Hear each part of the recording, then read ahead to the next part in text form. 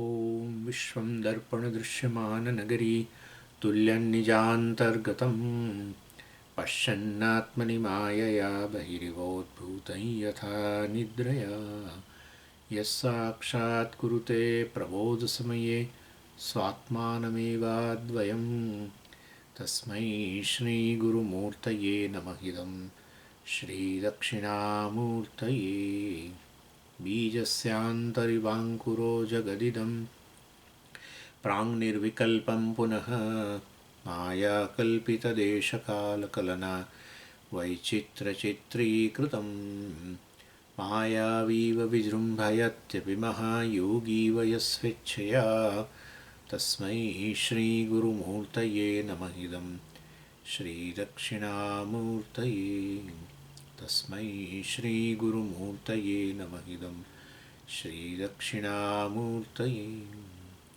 ॐ सहना भवतु सहनौ भुनक्तु सह वीर्यङ्करवावहै तेजस्विनावधीतमस्तु मा विद्विषावहै ॐ शान्तिः शान्तिः शान्तिः सदाशिवसमारम्भां शङ्कराचार्यमध्यमाम् अस्मदाचार्यपर्यन्तां वन्दे गुरुपरम्पराम्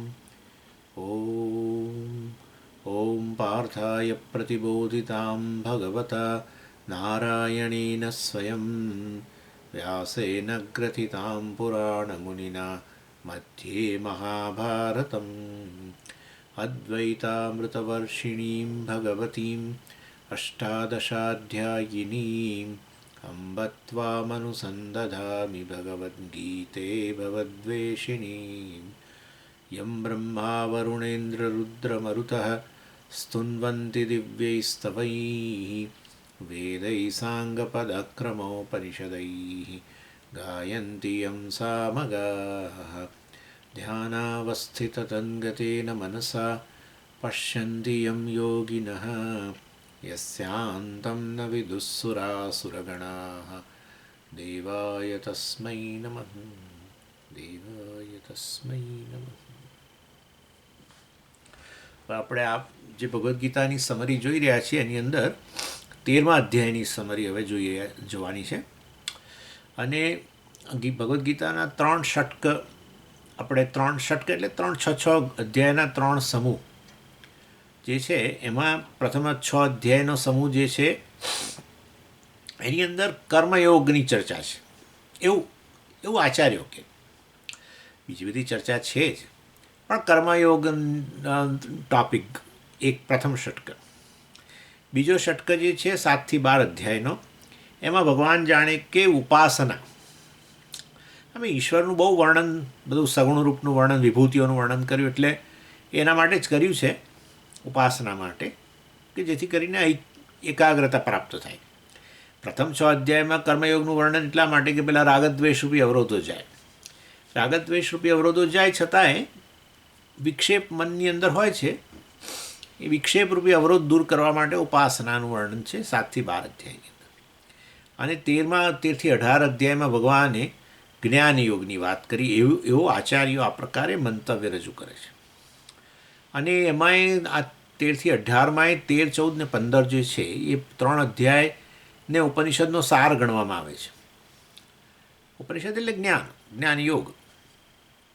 એમાં 13મો અધ્યાય જે છે એ આ સૌથી વધારે મહત્ત્વનો છે. સીધો તમે જુઓ 13મા અધ્યાયનું ટૉપિકનું નામ જ ક્ષેત્રજ્ઞ વિભાગ એટલે વિવેક. ક્ષેત્ર એટલે અનાત્મા અને ક્ષેત્રજ્ઞ એટલે આત્મા. આત્મ વિવેક એ તો જ્ઞાન છે. એટલે 13મો અધ્યાય આ 3 અધ્યાયમાં પાછો 13મો અધ્યાય સૌથી વધારે મહત્ત્વનો છે. અને અહીંયા આ આખા સમગ્ર ઉપનિષદનો અહીંયા સાર કહેવામાં આવે છે.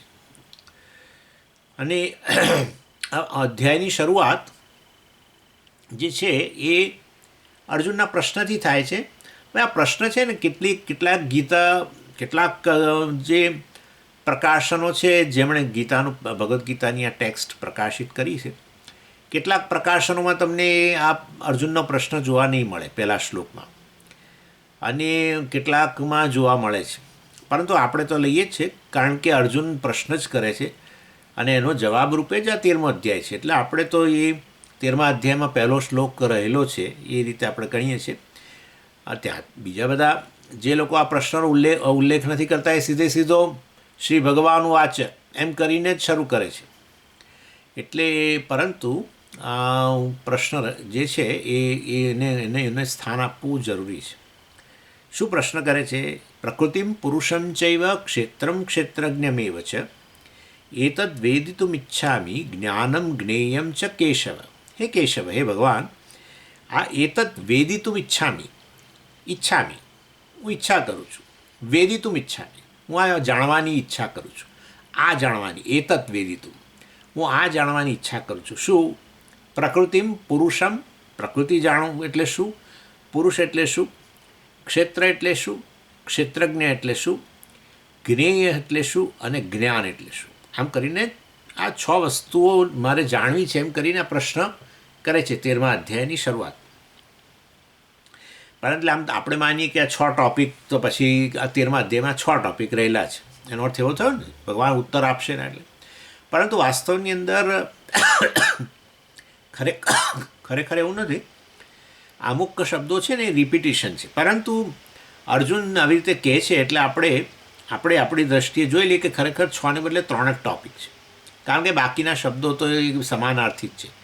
જેમ કે આ ક્ષેત્રજ્ઞ શબ્દ છે, બરાબર ને? ક્ષેત્રજ્ઞ અને પુરુષ એક જ વસ્તુ છે. અને અથવા તો જ્ઞેય એટલે જાણવા યોગ્ય. એ તો હવે ઉપનિષદનો સાર, ઉપનિષદમાં જાણવા યોગ્ય શું? આત્મા જ નહીં. એટલે જ્ઞેય એટલે આત્મા, પુરુષ એટલે આત્મા, ક્ષેત્રજ્ઞ એટલે કોણ? આત્મા. એટલે ક્ષેત્રજ્ઞ, પુરુષ અને જ્ઞેય આ 3 શબ્દો સમાનાર્થી જ છે. એટલે એ એક જ વસ્તુનો નિર્દેશ કરે છે અને એ છે આત્મા. એટલે એક પ્રશ્ન એનો આત્મા વિષયક છે, એનો અર્થ એવો થયો. પછી બીજું જે છે એ ક્ષેત્ર અને પ્રકૃતિ અને ક્ષેત્ર એ પણ સમાનાર્થી શબ્દો છે. એટલે એ બંને પણ આપણે એક જ ગણી લઈએ. અને પ્રકૃતિ કહો કે ક્ષેત્ર કહો, એનો અર્થ થાય છે અનાત્મા. એટલે બીજો પ્રશ્ન એનો અનાત્મ વિષયક છે. અને એ રીતે વાસ્તવની અંદર 5 ટૉપિક તો કવર થઈ ગયા, બરાબર?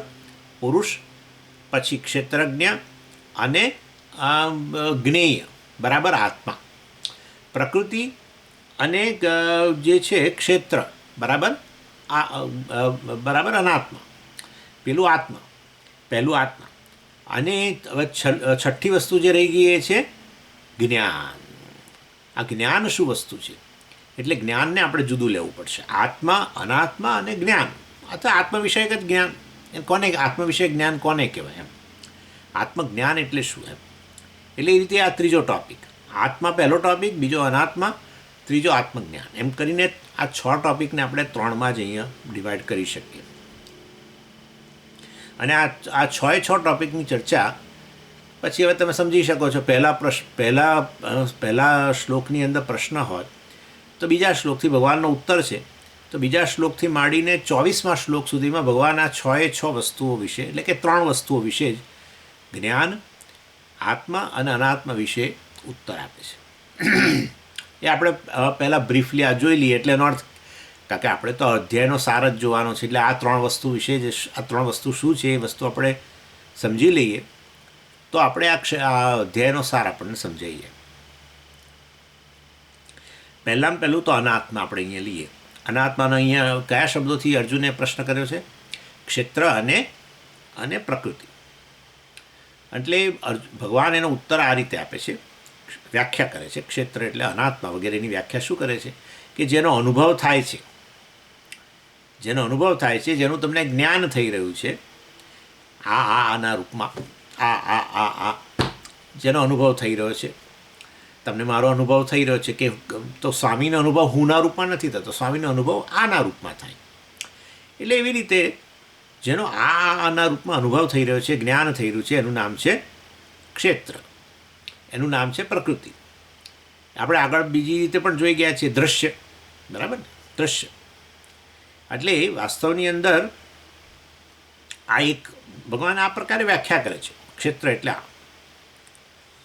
અને એની અંદર એટલે જ્ઞાનનો વિષય હવે જ્ઞાનનો વિષય એટલે અત્યારે દાખલા તરીકે તમે મને જુઓ છો તો વર્તમાનમાં તમને તરત પ્રશ્ન થાય કે ભૂતકાળમાં કેટલી વસ્તુનું જ્ઞાન થયું છે, ભવિષ્યમાં કેટલી વસ્તુનું જ્ઞાન થશે, ભવિષ્યમાં કેટલા જ્ઞાનના વિષયો ઓબ્જેક્ટ અહીંયા ભૂતકાળમાં થયા છે એ બધાને ક્ષેત્ર ગણાય કે નહીં? ક્ષેત્ર જ કહેવાય ને, એ બધા ક્ષેત્ર. અત્યારે તમને ભૂતકાળની કોઈ વસ્તુ યાદ આવે કે મેં આવી આવી વસ્તુનો અનુભવ કર્યો હતો, તો એ તમને તમારો અનુભવનો વિષય તો છે જ, તમારે હવે સ્મૃતિ રૂપે રહ્યો છે. એ વખતે ખરેખર અનુભવ થયો હતો ભૂતકાળમાં, અત્યારે સ્મૃતિ રૂપમાં. પણ સ્મૃતિ રૂપમાં એ હુંના રૂપમાં થોડો અનુભવ છે, આના રૂપમાં જ અનુભવ છે. એટલે ભૂતકાળના પદાર્થો હોય કે ભવિષ્યના કોઈ પદાર્થો હોય કે અત્યારે થઈ રહેલા હોય વિષયો કે પદાર્થોનો અનુભવ કે જ્ઞાન જે છે, પ્રત્યક્ષ જ્ઞાન કહો વગેરે, એ બધું ક્ષેત્ર કહેવાય. ભગવાન કહે છે એને પ્રકૃતિ કહેવાય, એને અનાત્મા કહેવાય. આમ કરીને ભગવાન વાત કરે છે. એટલું જ નહીં, આ તો આપણે મનુષ્ય જન્મની અત્યારે વાત કરી. ભવિષ્યની અંદર તમે દેવતા તરીકે જન્મો તો પછી તમને શાનો અનુભવ થાય? સ્વર્ગના વિષયોનો અનુભવ થાય.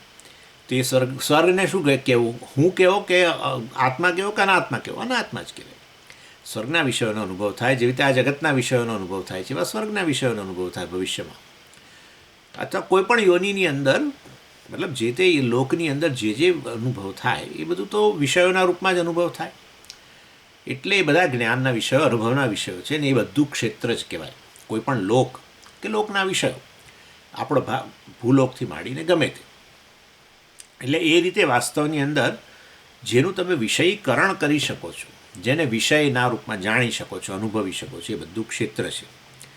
અને ભગવાન એનાથી આગળ વધીને કહે છે કે વાસ્તવની અંદર તો ખરેખર હવે એ બહારનું બધું છોડો, અહીંયા જ આ તું બેઠો છું અત્યારે, એની અંદર કોઈ ક્ષેત્રજ્ઞમાં કોઈ ભાગ પડી શકે એમ છે? આ પડે ને. આ શરીર છે એનો અનુભવ જ થઈ રહ્યો છે. શરીરનો મને અનુભવ થાય જ છે.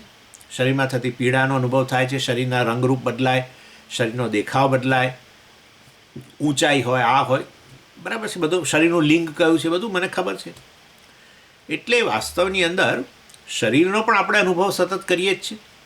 પેલા બહારના વિષયો થોડા દૂર છે, આ બહુ નજીકથી આપણે અનુભવ કરીએ છીએ. એટલે શરીર પણ આ જગતની જેમ જ એને પણ તમારા જ્ઞાનનો વિષય બને છે, અનુભવનો વિષય બને છે. એટલા માટે શરીર વિશે બોલી શકીએ છીએ આપણે, કેટલું બધું બોલીએ છીએ. આપણા શરીર વિશે આપણે કેટલી વાત કરી શકીએ છીએ. શરીર સૌષ્ઠવ વિશે વાત કરી શકીએ. એટલા માટે લોકો આવી રીતે પેલા જીમ વગેરેમાં જતા હોય છે તો સતત જોતા રહે કે આપણા બાયસેપ્સ બન્યા છે કે નહીં, ફલાણું થયું કે નહીં, આ તે બધું વજન ઘટ્યું કે નહીં, વધ્યું કે નહીં, આમ તેમ. એટલે આ રીતે બધું શરીરમાં જે કંઈ રંગરૂપ, શરીરમાં જે જે બદલાવ આવે બધાનો અનુભવ થાય જ છે. એટલે એનું જ્ઞાન થાય જ છે મને સતત. એટલે એ રીતે શરીર પણ ક્ષેત્ર ગણાય એમ. આપણા માટે મુખ્ય વસ્તુ આ છે. બહારનું જગત તો ક્ષેત્ર છે, એમાં આપણને કોઈ એમાં કંઈ 13મા અધ્યાયની ક્યાં જરૂર છે? અત્યારે તમને સ્વામીનો અનુભવ થાય છે, સ્વામી હું નથી, એટલે સ્વામી અનાત્મા કહેવાય, અને હું તો આત્મા એનો અનુભવ કરનારમાં એમાં ક્યાં મોટી વાત છે? પણ શરીરના સંદર્ભમાં અહીંયા તકલીફ છે ને. આ વિવેક અહીંયા થયેલો જ છે. આપણે તો આ શરીરને જ આત્મા કહીએ છીએ. શરીરને હું સતત કહેતા જ રહીએ છીએ. હું કાળો ગોરો, આવો તેવો, ઊંચો નીચો વગેરે, ફલાણો પાતળો જાડો, જે પણ કહેતા હો, હું દેખાવડો કદરૂપો, જે પણ, કે પુરુષ સ્ત્રી, જે પણ કહેતા હો, એ જ્યારે હું કે આત્માની ઓળખ આપીએ ત્યારે હંમેશા આપણે શરીરને ઉમેરી જ દઈએ છીએ અંદર. એટલે ભગવાનને એ મુખ્ય વિવેક કરાવો છે. એટલે પણ ચાલો, એટલે જગતની તો વાત થઈ ક્ષેત્ર, પછી કહ્યું આ શરીર પણ ક્ષેત્ર છે. પછી એનાથી આગળ વધીને ભગવાન કહે છે હજુ એનાથી પણ નજીકનો છે તારા માટે, અત્યંત નજીકની વસ્તુ, અને એ છે મન. મન પણ એ આપણા અનુભવનો વિષય છે. મનમાં ઈચ્છા જન્મી, મને ખબર છે કઈ ઈચ્છા જન્મી. મનમાં કોઈ લાગણી જન્મી, મને ખબર છે. મનમાં કોઈ સંકલ્પ જન્મ્યો, દાખલા તરીકે આ ક્લાસ ભરવાનો સંકલ્પ, ચાલો 7:30 થયા એટલે તમારે 5 વાગ્યા, મને લાગે છે તમારે 5 વાગ્યા, ચાલો 5 વાગ્યા એટલે આપણે ક્લાસ ભરીએ. આવો સંકલ્પ ઉઠ્યો, તમને ખબર છે આવો સંકલ્પ ઉઠ્યો. અને એ સિવાય કોઈ વિકલ્પ, હમણાં નહીં 5 મિનિટ પછી ભરું છું, આ તે થોડું આટલું કામ થઈ જાય, ફરવાનું, જે પણ. અર્થાત તમારા મનની અંદર જે પણ વિચારો ઉઠે છે, મનમાં તમારી સ્મૃતિ વિષયક પણ કઈ વસ્તુ, તમે કંઈક વસ્તુને યાદ કરવાનો પ્રયત્ન કરો, જો નથી યાદ આવતી એમ કહો, અથવા યાદ આવી ગઈ વગેરે. એટલે જ મનમાં જેટલા પણ કંઈ પણ પ્રકારના વિચારો આવે એ બધા વિચારોનો તમને અનુભવ થાય છે. એ વિચારો આવે છે, એનો અનુભવ થાય છે, જતા રહે છે, અને પછી બીજો વિચાર આવે છે, બધો અનુભવ તમને થઈ જ રહ્યો છે. માટે શરીર જ નહીં, સ્થૂળ શરીર જ નહીં, સૂક્ષ્મ શરીર પણ, ભૂખ તરસ પણ આપણે ગણીએ અનુભવ થાય જ છે, પ્રાણ વગેરે. એટલે આપણી ઇન્દ્રિયોનો અનુભવ થાય છે. એટલા માટે જ ઇન્દ્રિયોનું તેજ બદલાય, તરત ડૉક્ટર પાસે દોડીએ કે ભાઈ આ આંખ બરાબર નથી જોતી, કાન બરાબર નથી સાંભળે, જે પણ. એટલે બધું આપણા અનુભવનો વિષય છે. એટલે અંતઃકરણ છે, ઇન્દ્રિયો છે, પ્રાણ છે, સૂક્ષ્મ શરીર વગેરે, એ પણ કર્મેન્દ્રિયોમાં શક્તિ છે કે નહીં. ફ્રોઝન શોલ્ડર થઈ ગયો, ઉચકાતું નથી. મારાથી હમણાં ઉચકાતું નથી. કેમ? કારણ કે આ હાથ કામ નથી કરતો. આપણો અનુભવ બોલ્યા એટલે કે આપણને અનુભવ થયો જ છે, નહીં તો બોલીએ જ નહીં. અર્થાત એટલે આ રીતે કર્મેન્દ્રિયો હોય, જ્ઞાનેન્દ્રિયો હોય, પ્રાણ હોય, કે પછી આપણા અંતઃકરણની બીજી વિવિધ પ્રકારની આ બધી મેં વૃત્તિઓ મેં તમને કહી, તે બધાનો સતત અનુભવ થઈ રહ્યો છે. આ સૂક્ષ્મ શરીરનો પણ સતત અનુભવ થાય છે. એટલે એને પણ ક્ષેત્રમાં ઉમેરી દેવું જોઈએ. અને આ રીતે આ બધું ભેગું કરો. જગતના વિષયો, ભૂતકાળમાં, ભવિષ્યમાં કે અત્યારનું જગત, તે આપણું શરીર, આપણું અને સૂક્ષ્મ શરીર, અંતઃકરણ, ઇન્દ્રિયો વગેરે, એ બધું ભેગું કરો. એને કહેવાય પ્રકૃતિ, એને કહેવાય ક્ષેત્ર, એને કહેવાય અનાત્મા. એટલે આ બીજી વસ્તુ. આ થયું. આ પહેલું આપણે જે ટૉપિક જે ચર્ચા કરી રહ્યા છીએ એનો પહેલો ટૉપિક. સોરી. હવે બીજો ટૉપિક, આત્મા. જેના માટે કયા શબ્દો વાપર્યા? પુરુષ. બીજો કયો શબ્દ વાપર્યો? જ્ઞેય. ત્રીજો કયો શબ્દ વાપર્યો અર્જુને? ક્ષેત્રજ્ઞ. એટલે કે આત્મા. એ આત્મા શું છે? ચાલો હવે એની ચર્ચા. બરાબર. ક્ષેત્ર એટલે કારણ કે વિવેક કરવો હોય તો જાણવું તો પડે જ ને, કઈ વસ્તુ કેવી છે. ક્ષેત્ર એટલે શું એ જાણવું પડે, ક્ષેત્રજ્ઞ એટલે શું જાણવું પડે.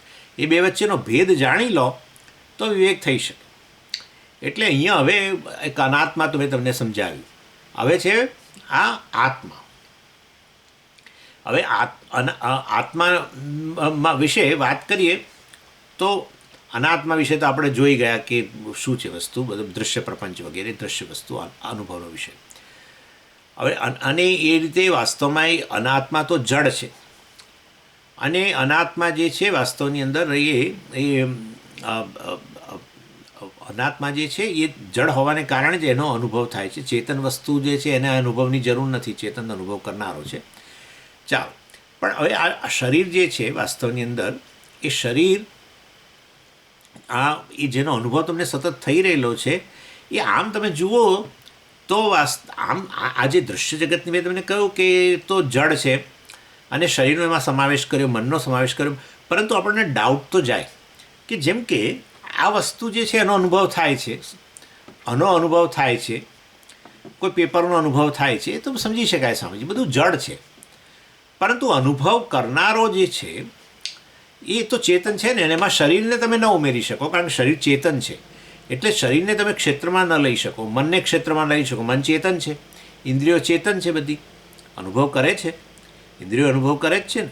શરીર જે છે એના પર પેલી આપણી ત્વગિન્દ્રિય રહેલી છે, એના લીધે ઠંડી, ગરમી વગેરેનો અનુભવ થાય છે. શીતળ સ્પર્શ, સુવાળો સ્પર્શ, કંઈ પણ બધો અનુભવ થાય છે.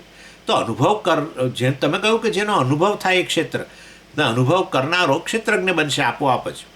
પરંતુ અનુભવ કરનારામાં શરીરને ઉમેરવું જોઈએ, કારણ કે અનુભવ વાસ્તવની અંદર શરીર થકી થાય છે. અને શરીર ચેતન છે, માટે શરીરને સમાવેશ ન કરવો જોઈએ ક્ષેત્રમાં, મનનો સમાવેશ ન કરવો જોઈએ, ઇન્દ્રિયોનો સમાવેશ ન કરવો જોઈએ, વગેરે વગેરે.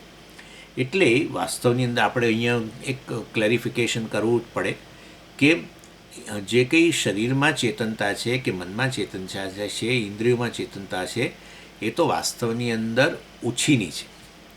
એ કંઈ સ્વભાવ નથી, શરીરનો કોઈ સ્વભાવ નથી કે ચેતન એ વાસ્તવમાં ચેતન જ હોય. એ જડ બની જ જાય છે. મૃત્યુ પામ્યા પછી ક્યાં અત્યારે જે સ્થિતિ છે, જીવિત અવસ્થામાં શરીરની ચેતનતા તે જણાય છે, એ મૃત્યુ અવસ્થામાં નથી. એને કોલ્ડ સ્ટોરેજમાં મૂકે તે એમ નથી કહેતા મને બ્લેન્કેટ ઓડાડો, એવું કહે છે? નથી કહેતા.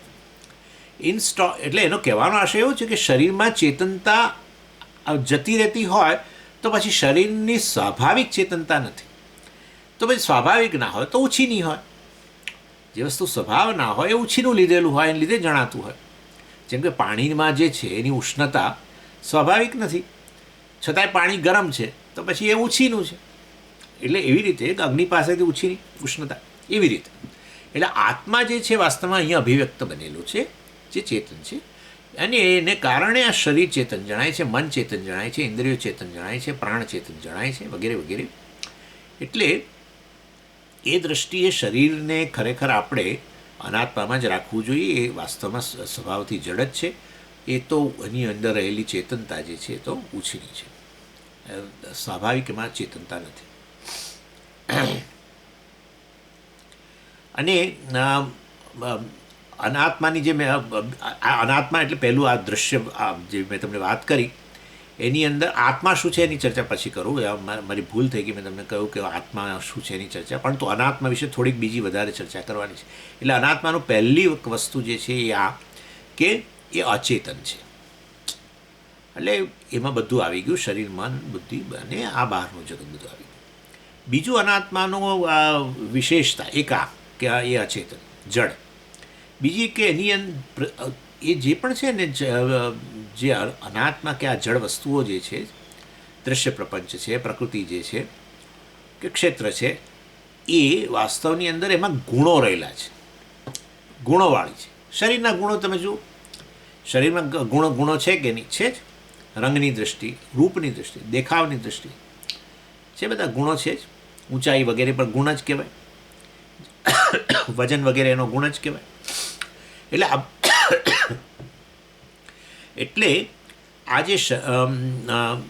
જે અનાત્મા જે છે એ પહેલું અચેતન, બીજું એ છે એ સગુણ છે, ગુણોવાળું છે. એટલે એની અંદર એટલા માટે આપણે અનાત્માની અંદર તમે જોઈ શકો છો કે કેટલા બધા વેરાયટી છે ને. આમ આ એક શરીર અને તમારું શરીર જુદું પડે છે, વેરાયટી. અને આ શરીર કહો અને આ વસ્તુ કહો તો જુદી પડે છે, વેરાયટી. એટલે આ રીતે વૃક્ષો, આ તે બધું કેટલું, એટલે બધી વેરાયટી જે છે એનું કારણ શું છે? આ ગુણો. એટલે બીજો અનાત્માનો ગુણધર્મ થયો કે સગુણ છે, સગુણ છે.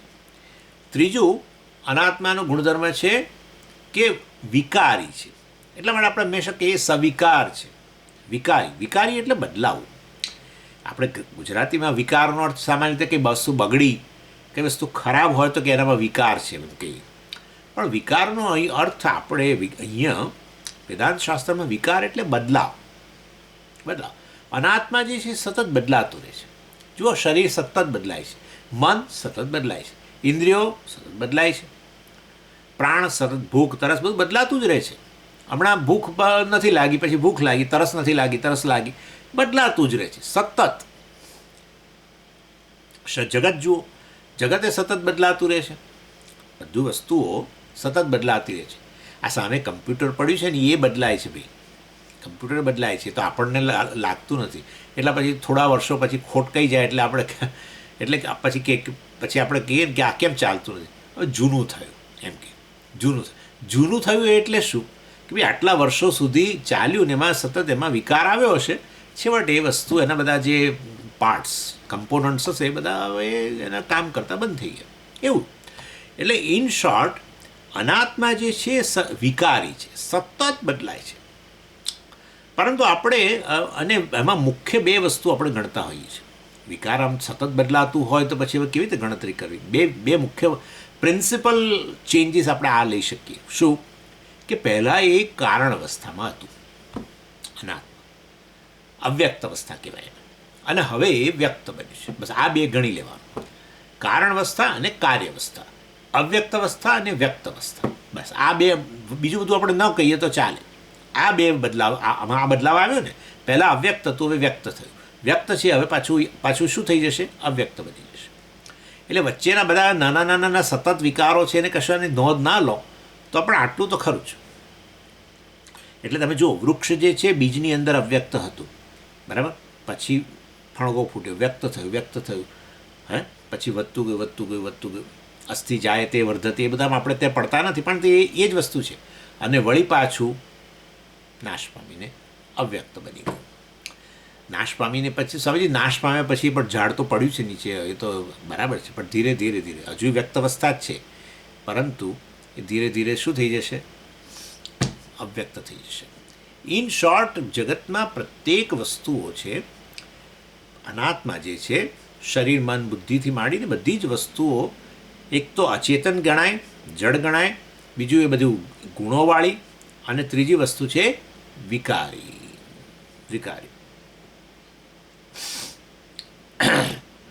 અને આ એટલે મેં તમને કહ્યું, આ બે વિકારો મુખ્યત્વે એના ગણવાના. અને તમને એક ઉદાહરણ બીજું પણ આપું આની અંદર, કે પાણી જે છે વાસ્તવની અંદર, પાણીને તમે મૂકી રાખો ને તો સમજી હવે મેં તો ક્યાં વિકાર આવ્યો? લો, આ ડોલમાં પાણી ભરીને મેં મૂકી રાખે છે. તમે કહો છો કે ભાઈ એ તો ક્ષેત્ર જ છે, અનાત્મા છે, એ તો ચેતન નથી, જડ વસ્તુ છે, દ્રવ્ય છે. દ્રવ્ય પણ કહી શકો તમે, દ્રવ્ય છે, જડ છે. લો, અને તમે કહો છો એ તો સતત બદલાય છે. આ ક્યાં બદલાયું છે? આ પાણી ભરેલું મેં સવાર મૂક્યું છે, એવું જ છે. હવે ભાઈ એ બદલાઈ જ રહ્યું છે, એમાંથી ધીરે ધીરે સપાટી પરથી પાણી ઉડી રહ્યું છે. એટલે તમે 2-4 દિવસ પછી જાઓ તો પાણી ઓછું થઈ ગયું હોય એની અંદર. અર્થાત વસ્તુ જે છે એ સતત બદલાય છે, સૂક્ષ્મ બદલાવ હોય, ખબર ના પડે. એમ તો હવે તમે મને આજે જુઓ છો અને આવતીકાલે જોશો, એમ તમને થાય કે સ્વામીજી તો એના એ જ છે, ક્યાં બદલાયા છે? સ્વામીજી તો કહે છે સતત બદલાય છે. એટલે તમે ફેરફાર કે વિકારની નોંધ લઈ શકો એવો ફેરફાર ક્ષણે ક્ષણે ન થાય. પરંતુ એટલા માટે મેં તમને કહ્યું કે સૂક્ષ્મ ફેરફારની આપણે નોંધ ન લઈ શકીએ તો પછી આપણે આ વસ્તુને એપ્રિશિએટ ન કરી શકીએ. એટલા માટે મેં તમને 2 મુખ્ય વિકારો કયા જે તમે નોંધી જ શકો, કે આ શરીર પહેલાં અવ્યક્ત અવસ્થામાં હતું અને પછી હવે વ્યક્ત બન્યું, અને ભવિષ્યમાં વળી પાછું અવ્યક્ત બની જશે. આ રીતે આપણે સમજી શકીએ. નાશ ન થાય કશી વસ્તુનો, અવ્યક્ત બની જાય, પાછું પંચમહાભૂતો વગેરેમાં જતું. પંચમહાભૂતો સ્થૂળ ને એમાંથી વળી સૂક્ષ્મ થઈ જાય, એમાંથી વળી કારણ અવસ્થાએ જતી થઈ જાય. આવ્યું છે બધું જગત શેમાંથી? મહાભૂતોમાંથી. મહાભૂતો પહેલાં કયા રૂપમાં હતા? અવ્યક્ત રૂપે હતા, માયા રૂપે હતા, બરાબર છે. એમાંથી જ મહાભૂતો, સૂક્ષ્મ મહાભૂતો આવે, એમાંથી સ્થૂળ આવે, એનું નામ જ સર્જન છે. તો હવે પ્રલય થશે ત્યારે શું થશે? આ સ્થૂળ મહાભૂતો વળી પાછા સૂક્ષ્મમાંથી પાછા શું થઈ જશે? અવ્યક્ત કારણ અવસ્થા, માયા અવસ્થા આવી જશે. એટલે આ રીતે એ સમજવાનું તમારે, અને એ વસ્તુ તમે એપ્રિશિએટ કરી શકો. ક્ષણે ક્ષણની નોંધ ન લઈ શકો, પરંતુ આ 2 મુખ્ય વિકારોની તમે નોંધ લઈ શકો. અવ્યક્તમાંથી વ્યક્ત, કારણમાંથી કાર્ય, વળી પાછું કાર્યમાંથી કારણ તરફ. અને આ થયું અનાત્માનું વર્ણન, બરાબર છે. અનાત્માનું વર્ણન આ પ્રકારનું છે. અને હવે આત્માનું વર્ણન આપણે જોઈએ. અને આત્મા માટે કેટલા શબ્દો વાપર્યા છે અર્જુને? 3 શબ્દો. એક જ વસ્તુનો નિર્દેશ કરે છે, વાપર્યા 3 શબ્દો. અને છે પુરુષ, ક્ષેત્રજ્ઞ અને જ્ઞેય. હવે પ્રશ્ન થશે, આત્મા શું છે? આત્મા શું વાસ્તવની અંદર?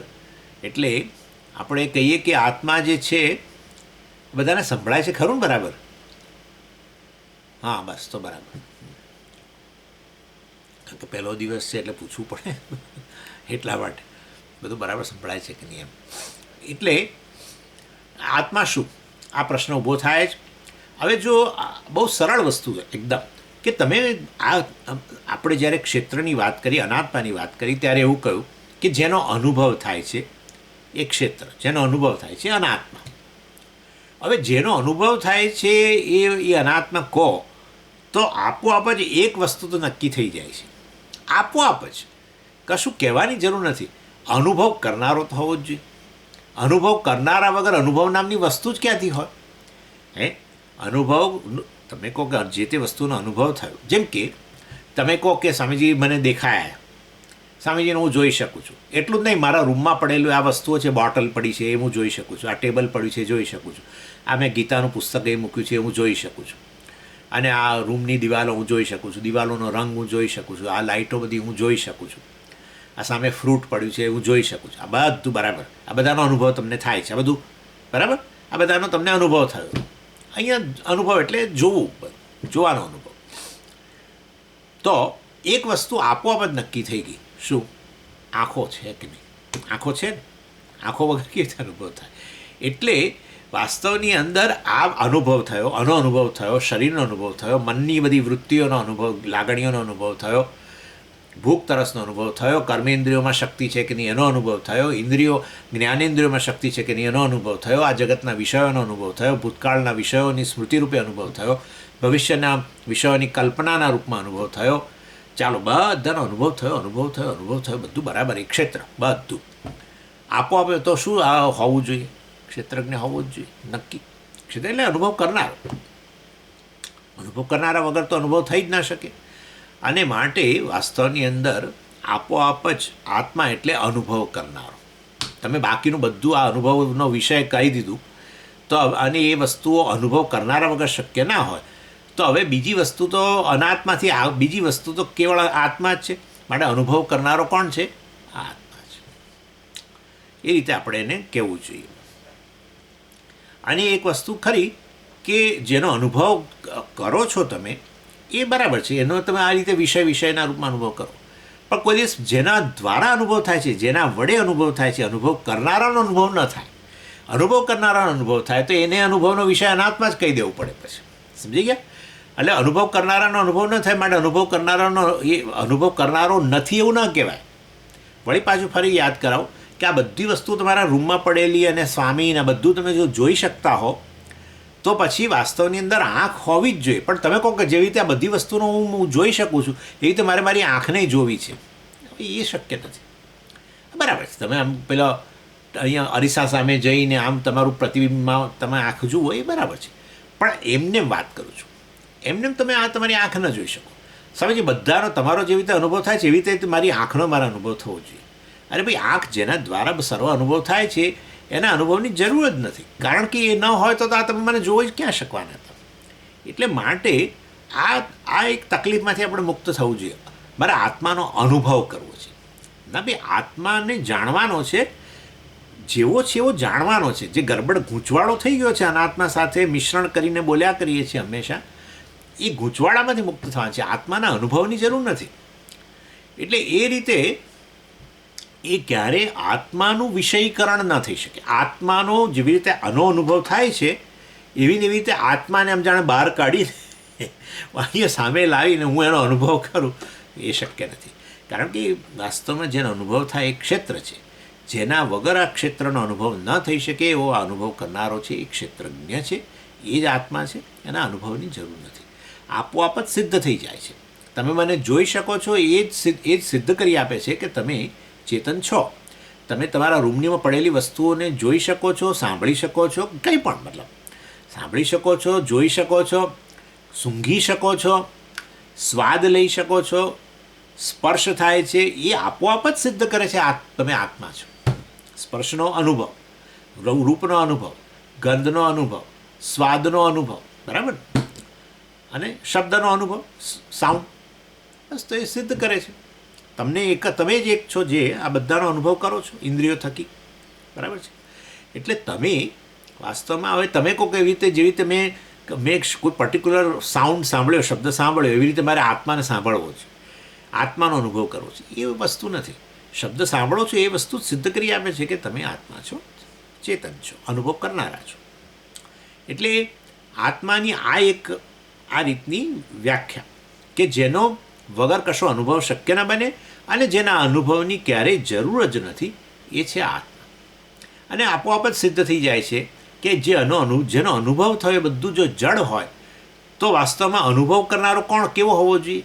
ચેતન હોવો જોઈએ. હા, બહુ સરળ છે આ વસ્તુ. એટલે જેનો પણ અનુભવ થયો એ જો જડ જ હોય તો પછી અનુભવ કરનારો તો ચેતન જ હોય, જેના દ્વારા સર્વનો અનુભવ થાય. માટે આત્મા ચેતન છે અને એનું ક્યારે અનુભવ ન થઈ શકે, અનુભવનો વિષય એને બનાવી ન શકાય એમ.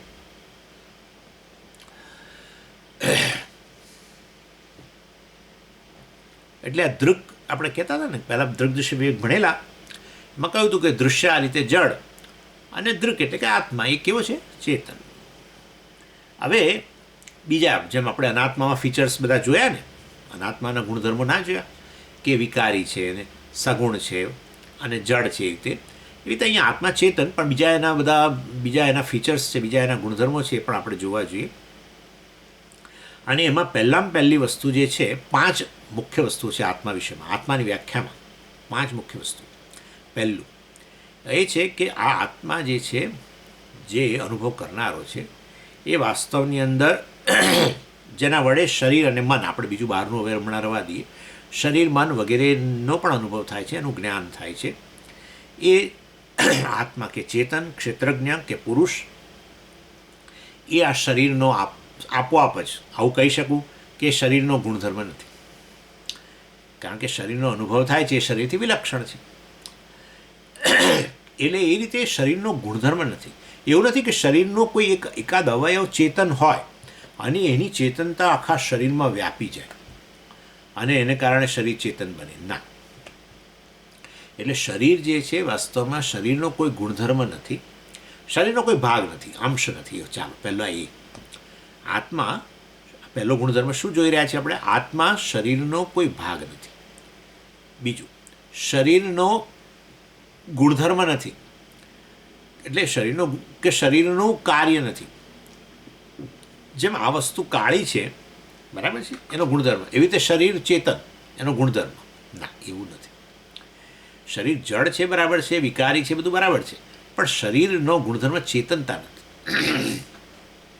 એ તો ઉછીનું છે, મેં તમને કહ્યું, એ આવન જવન કરનારું છે અને બધાનો અનુભવ છે. એ તો વસ્તુ કે મૃત્યુકાળે શરીર મૃત બન્યા પછી કોઈ એમાં ચેતનતા હોતી નથી. મૃત શરીર અને આમાં કોઈ ભેદ જ નથી. અને તમે કોલ્ડ સ્ટોરેજમાં મૂકો અને મૃત શરીરને કોલ્ડ સ્ટોરેજમાં મૂકો, એકે જણા બૂમ પાડે નહીં. ના શરીર બૂમ પાડે, ના બૂમ પાડે કે ભાઈ કંઈ ઓડાડો મને, તમે કેટલા કલાક રાખવાના છો મને, વગેરે વગેરે. સમજી ગયા? એટલે શરીરનો સ્વાભાવિક ગુણધર્મ નથી જ. માટે શરીર, હવે અમે વિશ્લેષણ કરીએ છીએ કે શરીરનો કોઈ ભાગ, કદાચ કોઈકને આવું થાય કે શરીરનો કોઈ ભાગ ચેતન, જેમ કે વૈજ્ઞાનિકો એ તો કહે છે બ્રેઇન જે છે એ બ્રેઇન વાસ્તવની અંદર કોન્શિયસ છે અને એને કારણે શરીરમાં ચેતનતા છે. એટલે બ્રેઇન અથવા તો બ્રેઇન જે છે એ ચેતનતાને જનરેટ કરે છે, કોન્શિયસનેસને, ચૈતન્યને જનરેટ કરે છે, એના કારણે શરીરમાં ચેતનતા છે. ના, ચાલો, એટલે એ કે શરીરનો ગુણધર્મ નથી, શરીરનો ભાગ નથી અને શરીરનું કાર્ય નથી.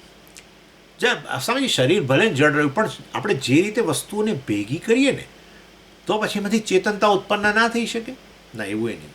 જેમ ના, મેં તમને આપણે ઉદાહરણ ઘણીવાર આપું છું કે લીલું પાન, સફેદ ચૂનો અને કાથો, કથ્થઈ રંગનો કાથો, આ બધું ભેગું કરો અને એમાં તમારી લાળ ભેગી થાય તો લાલ રંગ જેમ તદ્દન નવો જ રંગ આવે છે, એવી રીતે શરીર ભલે પંચમહાભૂતો હોય, પણ પંચમહાભૂતો અમુક મિક્સચર, અમુક પ્રમાણમાં ભેગા થાય તો એમાંથી ચેતનતા ઉત્પન્ન થાય.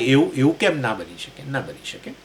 એ વાસ્તવની અંદર આપણે આ રીતે અહીંયા સમજીએ છીએ. ચૈતન્ય કે આત્મા જે આ શરીરનો અનુભવ કરે છે, શરીરથી વિલક્ષણ છે, એ ક્યારેય શરીરનો ભાગ નથી, પાર્ટ નથી, શરીરનો પ્રોપર્ટી એટલે ગુણધર્મ નથી, કે શરીરનો પ્રોડક્ટ નથી. પીપીપી, પાર્ટ પ્રોડક્ટ પ્રોપર્ટી નથી, એટલું નક્કી. બરાબર? આ રીતે આત્માનું પહેલું ફીચર આપણે જોયું. પછી બીજો ગુણધર્મ જે છે વાસ્તવમાં કે તો પછી જો શરીરથી સ્વતંત્ર છે, નેચરલી શરીરથી સ્વતંત્ર છે, કારણ કે શરીરના પ્રત્યેક અવયવ જડ છે અને માટે પ્રત્યેક અવયવ જડ હોય તો એ સમગ્ર શરીરનો ગુણધર્મ પણ જડતાના રૂપમાં હોય. અને એવું શરીર જે છે વાસ્તવમાં એ બધા અવયવો ભેગા થઈને કંઈક ચૈતન્યને ઉત્પન્ન કરે એવું પણ ન હોઈ શકે. અને એ રીતે વાસ્તવમાં ખરેખર આત્મા જે છે શરીરથી વિલક્ષણ છે, શરીરથી સ્વતંત્ર છે. જો શરીરથી સ્વતંત્ર હોય તો પછી વાસ્તવમાં શરીરમાં ચેતનતા કેવી રીતે આવી? શરીરથી સ્વતંત્ર હોય તો ના, એ શરીરને વ્યાપીને રહેલો છે. કારણ કે વ્યાપવું એનો ધર્મ છે. એના પરથી તો આત્મા શબ્દ આવ્યો છે. આપ ધાતુ પરથી તો આત્મા શબ્દ આવ્યો. આપ ધાતુ જે છે, આપનો અર્થ વ્યાપી જવું, આપનોતી પંચમ ગણની ધાતુ છે અને એમાં ઘણીવાર વી ઉમેરે, વ્યાપનોતી. એટલે આપણે વ્યાપ્તિ શબ્દ છે, વ્યાપનોતી શબ્દ છે, વ્યાપી જેવું ગુજરાતીમાં શબ્દ છે. એટલે વ્યાપે, બધી વસ્તુને વ્યાપીને રહેલો છે. તો બધી વસ્તુને વ્યાપીને રહેલો હોય અને એમાં આ સૂક્ષ્મ શરીર વગેરેને વ્યાપીને રહે તો પછી તો બધું સૂક્ષ્મ શરીરને ચેતનવંતુ બનાવે. એને સૂક્ષ્મ શરીર આ સ્થૂળ શરીરમાં હોય તો સ્થૂળ શરીરને ચેતનવંતુ બનાવે. જેમાં સૂક્ષ્મ શરીર ન હોય એની અંદર એને આત્મા એને વ્યાપીને જ રહેલો છે, એનું અસ્તિત્વ આત્માને જ આભારી છે. પણ છતાંય આ વસ્તુ ચેતન નથી જણાતી. એનું કારણ ફક્ત એમાં સૂક્ષ્મ શરીર નથી, તે જ છે. એટલે આત્મા શરીરથી સ્વતંત્ર છે, શરીરને વ્યાપીને રહેલો છે અને શરીરને એ રીતે ચેતન બનાવે છે, શરીરને જીવંતતા પ્રદાન કરે છે, એવું આપણે કહી શકીએ. જેવી રીતે ઇલેક્ટ્રિસિટી જે છે એ સ્વતંત્ર વસ્તુ છે અને એ પેલા ટ્યુબલાઇટ પંખા વગેરે બધાને વ્યાપીને એ બધાને જીવંતતા પ્રદાન કરે, બરાબર ને. એટલે ઇલેક્ટ્રિસિટી ના હોય તો પછી બધું જાણે કેવું બની જાય છે, મૃતપાય થઈ જાય છે ને. પંખો હોય, એર કન્ડિશનર હોય કે રેફ્રિજરેટર હોય, બધું જાણે કે આ મૃતપાય થઈ ગયું. એટલે એવી ને એવી રીતે વાસ્તવમાં ઇલેક્ટ્રિસિટી જેવી રીતે મતલબ આ બધા ગેઝેટ્સને વ્યાપી જઈને બધાને જેમ જીવંત બનાવે છે, પરંતુ એનાથી સ્વતંત્ર વસ્તુ છે. એવી ને એવી રીતે આત્મા, આ શરીર જે છે એ શરીરોને ચેતન બનાવે છે, એમને વ્યાપી જઈને ચેતન બનાવે છે, પરંતુ એનાથી સ્વતંત્ર વસ્તુ છે. કારણ કે એ શરીરનો ભાગ નથી, ગુણધર્મ નથી કે શરીરનું કાર્ય નથી. આવું કંઈક હોત તો પછી એ શરીર તો વાસ્તવમાં શરીરથી સ્વતંત્ર ન હોય. શરીરનો કોઈ ભાગ શરીરથી સ્વતંત્ર ન હોય. શરીરનો ગુણધર્મ શરીરથી સ્વતંત્ર ના હોય.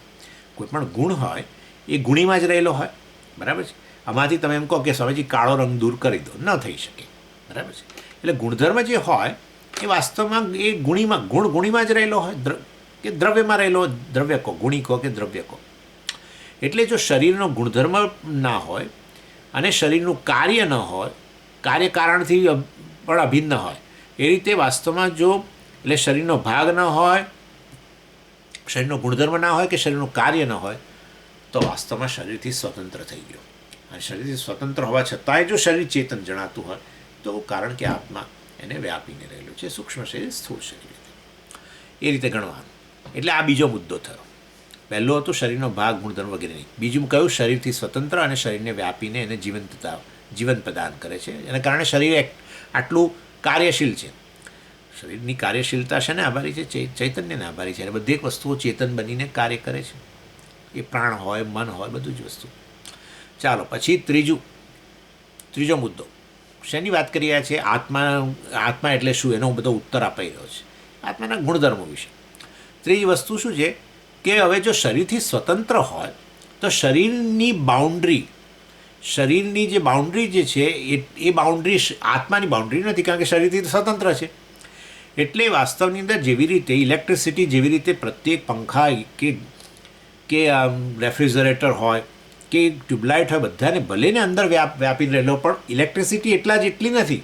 ઇલેક્ટ્રિસિટી સ્વતંત્ર છે અને બીજે બધે રહેલી છે, વાયરમાં રહેલી જ છે, એમાં થઈને જ તો આવે છે ત્યાં. એટલે ઇલેક્ટ્રિસિટી તો આખા બંગલામાં કેટલાય વાયરોમાં રહેલી છે. એ અમુક જગ્યાએ અભિવ્યક્ત બને છે આ બધા ઉપકરણોની અંદર, એ વસ્તુ જુદી છે અને એને જીવંત બનાવે છે, એ વસ્તુ બરાબર છે. પરંતુ એ જેને જીવંત બનાવે છે માટે ઇલેક્ટ્રિસિટી એટલી ત્યાં જ રહેલી છે એવું નથી. ઇલેક્ટ્રિસિટી સ્વતંત્ર હોવાને કારણે એ તો વાસ્તવની અંદર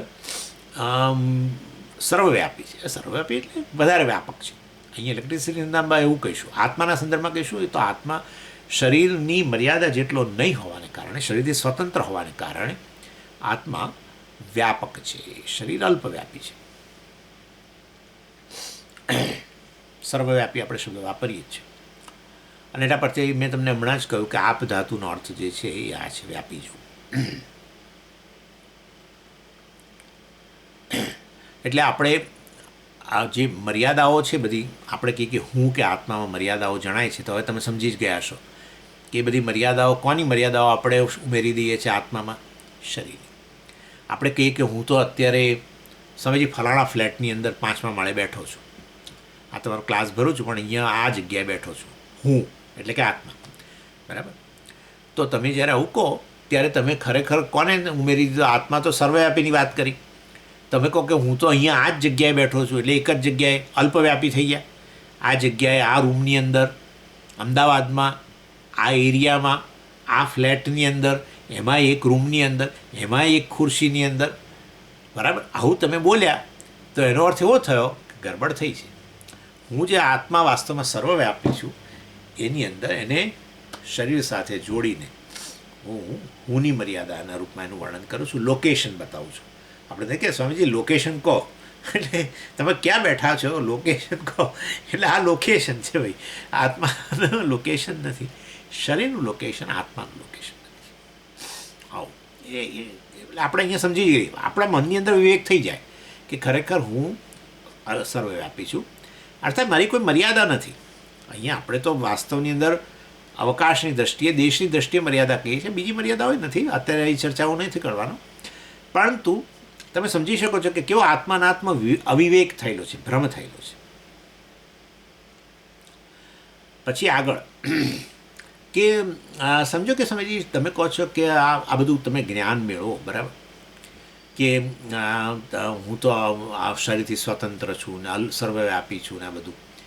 પણ અને તો તમે જો શરીરથી સ્વતંત્ર હોવ તો સમજો કે હું તમારું શરીરને કાપી નાખું. એક એક્ઝામ્પલ, તમારું શરીરને હું કાપી નાખું. હવે તમે મને કહો હું સર્વવ્યાપી છું, બતાવો, ચલો હવે બતાવો, હવે ક્યાંથી બોલશો? એટલે વાસ્તવમાં તમે કહો છો હું શરીરથી સ્વતંત્ર છું, તો શરીર નાશ પામે તો તમારો નાશ જ થઈ ગયો ને. તમારો નાશ ના થયો તો તમારે કહેવું જોઈએ ને કે જો બેઠો હું અહીં બેઠો છું, એ બેટા બેટી કહે છે કે હું અહીંયા બેઠો છું, જો શરીર ભલે કહું જો હું તો શરીરથી સ્વતંત્ર છું, જો આ બેઠો. એવું તમે તો બોલી શકતા નથી. વસ્તુ બરાબર જ છે ને. ઇલેક્ટ્રિસિટીનું માધ્યમ એ જ તમે લો. દાખલા તરીકે ઇલેક્ટ્રિસિટી બધે આખા બંગલામાં વ્યાપેલી છે વાયરોની અંદર, પણ સમજો કે બલ્બ જ ફ્યુઝ થઈ ગયો, માનો કે ટ્યુબલાઇટ ફ્યુઝ થઈ ગઈ, તો હવે ઇલેક્ટ્રિસિટી છે કે નહીં નક્કી કરી શકશો? નહીં કરી શકો. સિવાય ઘણા લોકો કરે, જો કે હાથ નાખો એ જુદી વસ્તુ છે, એ જુદી વસ્તુ છે, પણ આમ નક્કી ના કરી શકો. તમારે પેલું ટેસ્ટર લઈ આવવું પડે. શા માટે ટેસ્ટર લાવો છો? ટેસ્ટરની જરૂર જ નથી, કારણ કે તમે એમને ઇલેક્ટ્રિસિટીની એની હાજરી નોંધી શકતા હોવા જોઈએ. નથી નોંધી શકતા. ઇલેક્ટ્રિસિટી જો બલ્બ બરાબર ચાલતો હતો તો ઇલેક્ટ્રિસિટી છે. બલ્બ ફ્યુઝ થઈ ગયો તો ઇલેક્ટ્રિસિટી છે કે નહીં નક્કી નથી થઈ શકતું, બરાબર ને. વાસ્તવમાં ઇલેક્ટ્રિસિટી બલ્બથી સ્વતંત્ર વસ્તુ હોવા છતાં પણ જો બલ્બ ફ્યુઝ થઈ જાય તો ઇલેક્ટ્રિસિટીની હાજરી, એનું જે માધ્યમ હતું જેના દ્વારા અભિવ્યક્ત બની હતી, એના કારણે તમે જેની હાજરીની નોંધ લેતા હતા, એ માધ્યમ જતું રહેવાને કારણે ઇલેક્ટ્રિસિટી છે કે નહીં એ નક્કી નથી થઈ શકતું. એવું છે. એટલે અહીંયા અભિવ્યક્ત બન્યો, શરીરને ચેતન બનાવ્યું, બધું બરાબર. શરીરનો નાશ થઈ જાય તો વાસ્તવની અંદર હું તો ઇલેક્ટ્રિસિટી જેવો સ્વતંત્ર હોવાને કારણે મારો નાશ નથી થતો, પણ મારી હાજરીની નોંધ લઈ શકાતી નથી, બરાબર છે. એટલે એ રીતે વાસ્તવની અંદર આ કહેવા માટે કે હું બ્રહ્મ છું, સમજી, હું બ્રહ્મ છું કહેવા માટે શરીર તો જોઈએ જ, કેમ ના જોઈએ? પણ તો ભાઈ તમે શરીર, હું બ્રહ્મ છું કહેવા માટે શરીર જોતું હોય તો તમે શરીર જ થઈ ગયા. ના, કદી નહીં. હું બ્રહ્મ છું કહું છું એ જ બતાવે છે કે હું શરીર નથી.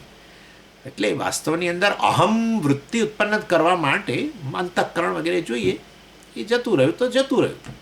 એટલે ભલે ન માધ્યમ જતું રહે તેથી હું નાશ પામે એવું નથી, મારી હાજરીની નોંધ નથી લઈ શકાતી, એટલું જ હોય છે. જેવી રીતે ઇલેક્ટ્રિસિટીની નોંધ નથી લઈ શકાતી.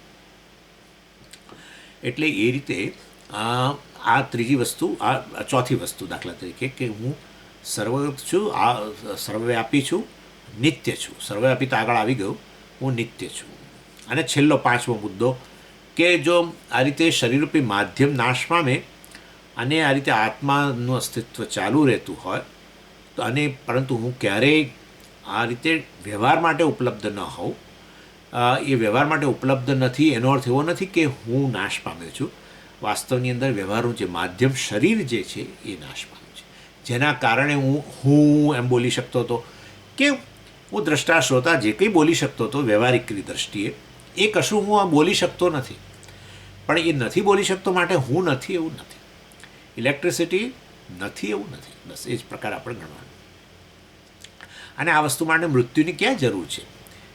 તમે જાણો જ છો કે તમે દાખલા તરીકે ઊંઘી જાઓ, બરાબર છે, તો તમે કશું જ વ્યવહાર કરી શકતા નથી. દ્રષ્ટા શ્રોતા ફલાણા ઢીકણા પિતા પુત્ર કશો વ્યવહાર, કોઈ પ્રકારનો વ્યવહાર તમે જે જાગ્રત અવસ્થામાં કરતા હતા એવો કોઈ વ્યવહાર તમે ઊંઘની અંદર કરી નથી શકતા. તો તમે નાશ પામ્યા છો? નાશ પામ્યા હોય તો પછી સવારે તમે તો ઉઠ્યા જ નથી. સવારે રામ બોલો ભાઈ રામ જ હોય, એવું નથી થતું. તમને ખાતરી છે કે તમે જ રાતે 9 વાગે સૂઈ ગયા હતા અને હવે ઊભા થયા. એનો અર્થ કે વ્યવહાર નથી કરતો માટે હું નથી એવું નથી. હા, વ્યવહાર હું કરતો કરું તેવા વ્યવહાર, હું વ્યવહારમાં આવું તો ખરો, નહીં તો નહીં. ના ભાઈ, એવું નથી. એવું તો ઊંઘની અંદર પણ હું કોઈ વ્યવહાર કરતો જ નથી, કોઈ પણ પ્રકારનો, કંઈ બોલતો નથી, ચાલતો નથી, કશું જ કરતો નથી, ખાતો નથી, પીતો નથી, જોતો નથી, કશું જ કરતો નથી, વિચારતો નથી, કોઈ પ્રકારનો વ્યવહાર ન કરું છતાં તેથી હું નથી એ વસ્તુ નથી, બરાબર છે. એટલે હું વસ્તુની અંદર વ્યવહારિક રીતે જે જણાવું છું જાગૃત અવસ્થાની અંદર, એ તો મારું ખાલી એક રૂપ જ છે, એક રોલ છે. ખરેખર હું સ્વતંત્ર જ છું. એ રોલ અદા કરવા માટે હું આ માધ્યમનો ઉપયોગ કરું છું. આ શરીર મન બુદ્ધિ રૂપી માધ્યમનો ઉપયોગ કરું છું અને એના થકી જાગૃત અવસ્થામાં બધો વ્યવહાર કરું છું. નવું શરીર ઉત્પન્ન કરીને, નવું મન વગેરે ઉત્પન્ન કરીને ત્યાં વળી સ્વપ્ન અવસ્થામાં વ્યવહાર કરું છું. પણ એ બધા વ્યવહારમાંથી હું મુક્ત બની જઈ શકું છું. શરીર મન બુદ્ધિરૂપી માધ્યમને અલગ કરીને હું સ્વતંત્ર રીતે વાસ્તવ અંદર વ્યવહાર કર્યા વગર પણ મારું અસ્તિત્વ ચાલુ રહે છે. આ બધી વસ્તુઓ સિદ્ધ કરે છે કે હું આ કહેવાતું આ જે ક્ષેત્ર જે છે શરીર મન બુદ્ધિ વગેરેથી હું સ્વતંત્ર છું. અને શરીર મન બુદ્ધિથી સ્વતંત્ર હોઉં તો આપોઆપ જ મારું માપ અમાપ છે, બરાબર ને. તમે તમારું માપ આપો છો, બરાબર ને. માપ દરજીને ત્યાં જઈને માપ આપો છો, સ્વામીજી માપ આપી આવ્યો, બરાબર છે. એ માપ શરીરનું માપ આપો છો, બરાબર. પરંતુ તમે ખરેખર સ્વતંત્ર હોવાને કારણે તમે અમાપ છો, અનંત છો અને નિત્ય છો. અર્થાત તમારું મરણ નથી, શરીર મન વગેરેનું મરણ છે, તમે અમરણ ધર્મ છો. આ રીતે આત્મા અનાત્મા વિવેક કરવા માટે આત્મા શું છે, અનાત્મા શું છે, એ પ્રકારનો અહીંયા બતાવવામાં આવ્યું. અનાત્મા એટલે શું અને આત્મા એટલે શું, જેથી કરીને તમે સમજી શકો કે આપણે જે અત્યારે જે ગરબડ કરીએ છીએ બધી, એની અંદર આપણે વિવેક કરતા થઈએ અને જાણીએ કે આ વસ્તુ અનાત્માનો ગુણધર્મ છે, આ વસ્તુ આત્માનો ગુણધર્મ છે. અને એના માટે ભગવાન અહીંયા બે સુંદર દૃષ્ટાંતો આપે છે, એની મારે તમને વાત કરવાની છે. અને એ છે આત્મા માટે, આત્માને આ પ્રકારનો સમજાવવા માટે બે સુંદર દૃષ્ટાંત આપે છે. અને એ છે આકાશ અને પ્રકાશ. આ બે દૃષ્ટાંતો દ્વારા આત્માનું સ્વરૂપ એટલું સુંદર રીતે સમજાવે છે. આ દૃષ્ટાંતો બીજે ક્યાંય ભગવદ્ ગીતામાં નથી, પણ 13મા અધ્યાયની અંદર છેલ્લે લગભગ છેલ્લેથી ત્રીજો શ્લોક કેવું કંઈ અને ચોથો, એ રીતે એકમાં આખું આકાશનું અને પછી યથા કરીને યથા પ્રકાશ વગેરે વગેરે શ્લોક મને અત્યારે યાદ નથી રહ્યો, પરંતુ એ આકાશ અને પ્રકાશનું ઉદાહરણ આપે છે ભગવાન આત્માને સ્વરૂપને વધારે સમજાવવા માટે. એટલે આપણે આકાશ અને પ્રકાશના કેટલાક ફીચર્સ સમજી જઈએ તો આત્મા વાસ્તવમાં આપોઆપ સમજી જઈએ. જુઓ, આકાશ કેટલા છે? એક છે. આત્મા કેટલા છે? એક છે, બરાબર. અને એ તો હવે એટલે એ રહેવા દઈએ આટલે આગળ. હવે આકાશનું બીજો ગુણધર્મ શું? અચલતા, ચલાયમાન નથી, ક્યાંય જતું આવતું નથી, એક જગ્યાએથી બીજી જગ્યાએ જવું નથી થતું, એટલે અચલ. બધી જ વસ્તુ આકાશની અંદર ગતિ કરે છે, એક જગ્યાએથી બીજી જગ્યાએ છે, પણ આકાશ પોતે ગતિ નથી કરતું. એવી રીતે સર્વ વસ્તુઓ આત્માની અંદર રહેલી છે, સર્વ વસ્તુઓ આત્મામાં ગતિ કરતી જણાય છે. આપણા પ્રાણ છે, મન છે, બધી ગતિ કરે છે ને. મન ક્યાંનું ક્યાં દોડે, પ્રાણ પણ સતત ગતિ કરે છે, શરીરે આમથી આમ જાય છે, બધું. કર્મેન્દ્રિયો પણ સતત હલનચલન કરે છે, જ્ઞાનેન્દ્રિયો પણ બહારના વિષયોનો સંપર્ક કરે છે. આ રીતે વાસ્તવની અંદર શરીર મન બુદ્ધિ ઇન્દ્રિયો બધી જ વસ્તુઓ વાસ્તવમાં જાણે કે ચલાયમાન છે, પરંતુ બધાનું અસ્તિત્વ પ્રદાન કરનાર, એ બધાને પ્રકાશિત કરનાર આત્મા જે છે કેવો છે? અચલ છે. એટલા માટે અહીંયા આકાશનું દૃષ્ટાંત આપ્યું. અને જો ખરેખર આકાશ ગતિમાન થતું હોય ને તો તમે ને હું અત્યારે અહીંયા એક સેકન્ડ માટે ન હોઈ શકીએ. કારણ કે આકાશ, દાખલા તરીકે રૂમની અંદર આકાશ છે, બરાબર છે. તમે બેઠેલા છો આકાશમાં, તમે દિવાલમાં નથી બેઠેલા, રૂમમાં બેઠેલા બોલો છો, પણ તો રૂમના આકાશમાં બેઠેલા છો, બરાબર. હવે આકાશ બહુ ગતિમાન કરતું હોય તો સમજો કે અત્યારે અહીંયા છે, પછી દોડીને કે બીજે જતું રહે તો સ્વામી તમને દેખાય જ નહીં. સ્વામી અત્યારે અહીંયા આકાશમાં બેઠા છે, પણ આખો આકાશ જ ગતિમાન કરી જાય તો હવે આ કમ્પ્યુટર તો કમ્પ્યુટરમાં સાથે ગતિ કરે, પરંતુ વાસ્તવની અંદર તમે એક જગ્યાએ રહી જ ન શકો. એટલે કહેવાનો આશય એવો છે. પણ સ્વામીજી પૃથ્વી ફરે છે, પૃથ્વી ફરે છે, બરાબર છે. આકાશની વાત કરું છું તમને. એટલે પાછું સ્વામીજી પૃથ્વી તો બહુ ગતિમાન છે જ, એટલે તમે ગતિમાન છો. પૃથ્વી ગતિમાન છે, આકાશની વાત કરું છું. પૃથ્વી ખુદ આકાશની અંદર ગતિમાન છે, આકાશ ક્યાં ગતિમાન નથી. બહુ જબરજસ્ત ઉદાહરણ આપ્યું. એટલે એ રીતે આકાશનું ઉદાહરણ. અને સૂર્યપ્રકાશની દ્રષ્ટિએ પણ કહી શકો.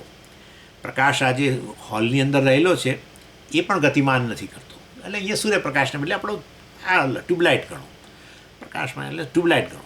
ટ્યુબલાઇટ જેની અંદર આ બધું પ્રકાશિત થયેલું છે, એ બધામાં ગતિમાન, એ ગતિ કરે છે, બરાબર. હું અહીંથી ઊભો થઈને રૂમમાંથી એક છેડે બીજે છેડે જઉં, આ બધું મારા કમ્પ્યુટરને બધું આમથી આમ મૂકું, મોબાઈલ અહીંથી આમ મૂકું, ફાઇલ કાઢીને પેલામાંથી મૂકીને આમાં મૂકું, પછી અહીં કે થોડા કે ચા બનાવવા માટે વાસણ કાઢું, આ કરું, તો બધું બધું તમે જુઓ.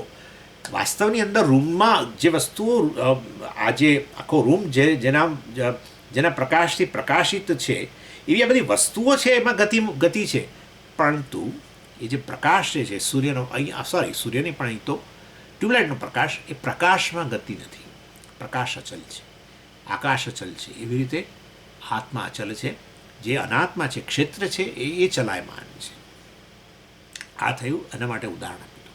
પછી બીજું છે અખંડ. આત્મા અખંડ છે, એના માટે ઉદાહરણ આપ્યું. અખંડ એટલે ખંડ નહીં, ભાગ નહીં. અને એ માટે પણ આ આકાશનું ઉદાહરણ યોગ્ય છે. તમે કોઈ દિવસ આકાશના ભાગ નહીં પાડી શકો, બીજા મહાભૂતોના ભાગ પાડી શકશો, પૃથ્વીના ભાગ પાડી શકો, વાયુના ભાગ પાડી શકો. તમે એ જ તો કરે છે. મોટી ટેન્કરોમાં આ લોકો એલપીજી લઈ આવે અને પછી નાની ટેન્કરો કે સિલિન્ડરોમાં ભરે, ભાગ પાડ્યા. જળમાં ભાગ પાડી શકાય છે આપણે, બરાબર. જળમાં ભાગ પાડીએ જ છે, બંધ બાંધીને એક બાજુનો ભાગ, બીજી બાજુનો ભાગ, નહેરોમાં ભાગ પાડી દઈએ એનો. એટલે જળમાં ભાગ પાડી શકો, એક ગ્લાસ પાણી લઈને 2 ગ્લાસમાં વેચી દો, આ બધું કરી શકો. પછી શું રહ્યું? અગ્નિમાં એક જાણે કે અગ્નિ એક જગ્યાએ પ્રગટ થયો, ત્યાંથી લઈને આમ જાણે કે બીજી જગ્યાએ લઈ ગયા, એટલે જાણે એક ઠેકાણે અગ્નિ તો એના 2 ભાગ કર્યા. ગણો, આવું કરી શકો. પરંતુ વાસ્તવની અંદર આ પંચમહાભૂતોમાં એક જ મહાભૂત એવો છે કે જેના તમે ગમે એટલું વિચારશો તો ભાગ નહીં પાડી શકો. આ બધા ભાગ જે બીજા મહાભૂતોના પડે છે એ આકાશની અંદર પડે છે. આકાશમાં કોઈ ભાગ નથી પડતો. એટલે આકાશ કેવું કહેવાય? અખંડ કહેવાય.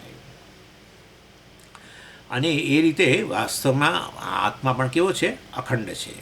એવી ને એવી રીતે પ્રકાશ અખંડ છે. પ્રકાશમાં ભાગલા ના પડે વાસ્તવની અંદર. એટલે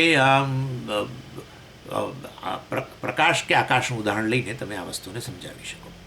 પછી ત્રીજું છે આકાશ અસંગ છે. આ વસ્તુ તમારે નિર્ધ્યાસન કરવા માટે છે. કરવું ના કરવું તમારા હાથમાં છે, પરંતુ એના માટે છે. આકાશ અસંગ છે, સંગ નથી. એને કોઈ જાણે વસ્તુ સાથે સંબંધ કરીને એ તોછડાપણું નથી, પરંતુ એ કોઈ બધી વસ્તુમાં વ્યાપીને રહેલો હોવા છતાં કોઈ વસ્તુઓથી પોલ્યુટ થતો નથી, એનાથી પ્રભાવિત થતો નથી. એટલે આકાશને માટે આકાશ એ રીતે અસંગ ગણવામાં આવે છે. એવી રીતે જો વાયુને તમે પોલ્યુટ કરી શકો, કરીએ જ છે ને, એટલે કે વાયુનું પ્રદૂષણ આપણે કહીએ છીએ. પાણીને પ્રદૂષિત કરી શકો અને આ પૃથ્વીને પ્રદૂષિત કરી શકો, પણ આકાશને પ્રદૂષિત નથી કરી શકાતું. બરાબર છે.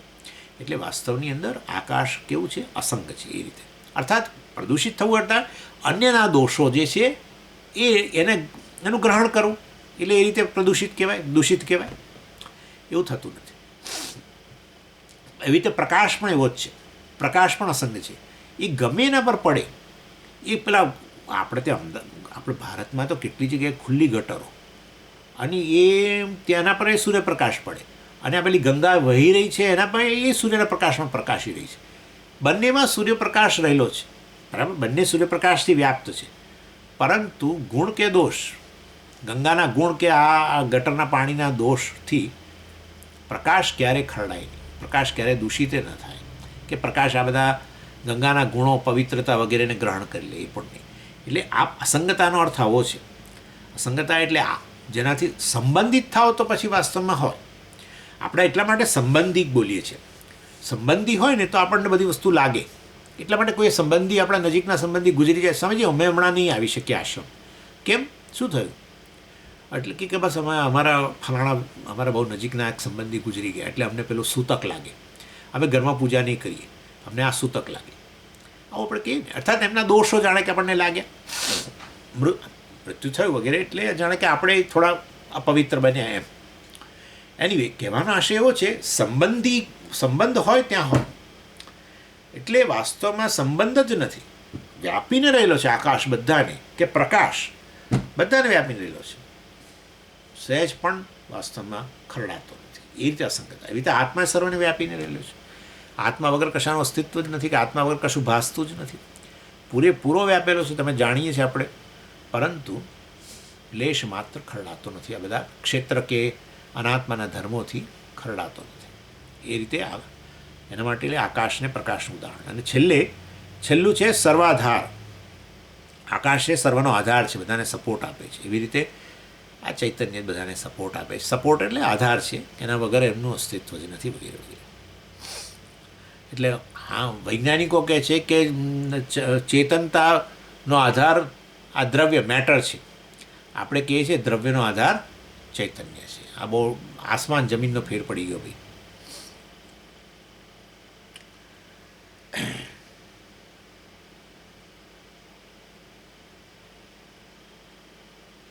ચાલો આટલે સુધી રાખીએ, પછી આગળ જોઈશું. ઓમ પૂર્ણમદ પૂર્ણમિદમ પૂર્ણાત પૂર્ણમુદચ્યતે પૂર્ણસ્ય પૂર્ણમાદાય પૂર્ણમેવાવશિષ્યતે. ઓમ શાંતિ શાંતિ શાંતિ. હરિ ઓમ શ્રી ગુરુભ્યો નમઃ. હરિ ઓમ.